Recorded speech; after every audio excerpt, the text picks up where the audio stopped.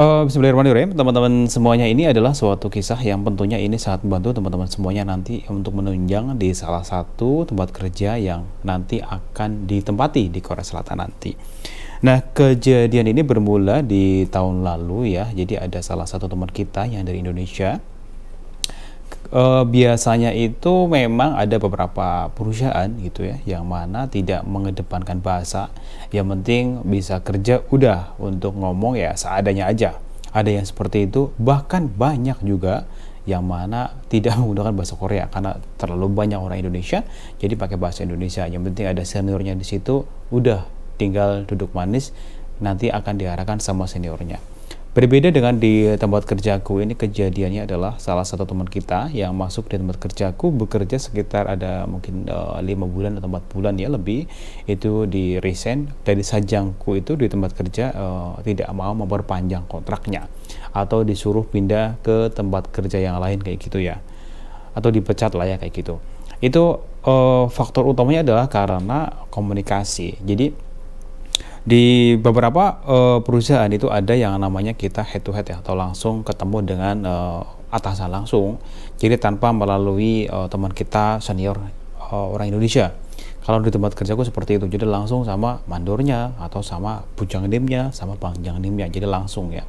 Karena memang produksi yang di cetak itu setiap hari memang beda-beda, setiap mesin beda-beda, jadi setiap orang tanggung jawabnya itu di mesin itu terus. Nah, temanku ini di salah satu mesin sudong atau jadong ya, di sama di situ.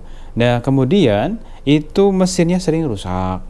Ketika diajari dengan bahasa Korea seperti itu tuh susah untuk menerima.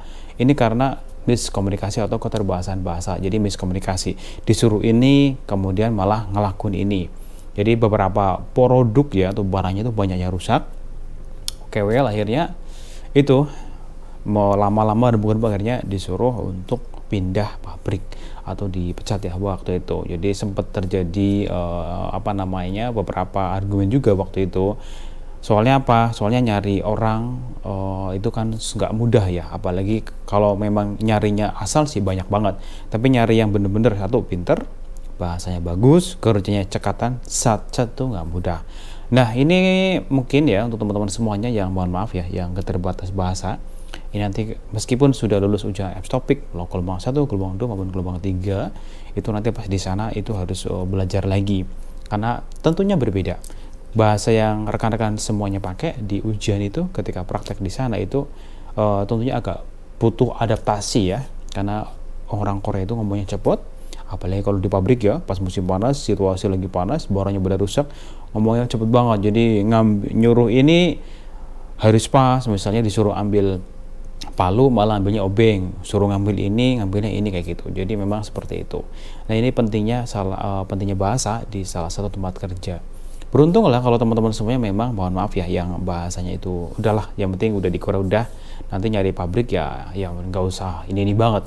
Ada banyak teman-teman yang bilang kayak gitu, nggak bahasa mah nggak penting, yang penting bisa kerja. Ada, tapi kalau di tempat kerja aku memang bahasa itu nomor satu ya, karena urusannya produk yang kita buat itu langsung sama bujang dim sama banjang dim, karena setiap orang itu bagiannya beda-beda.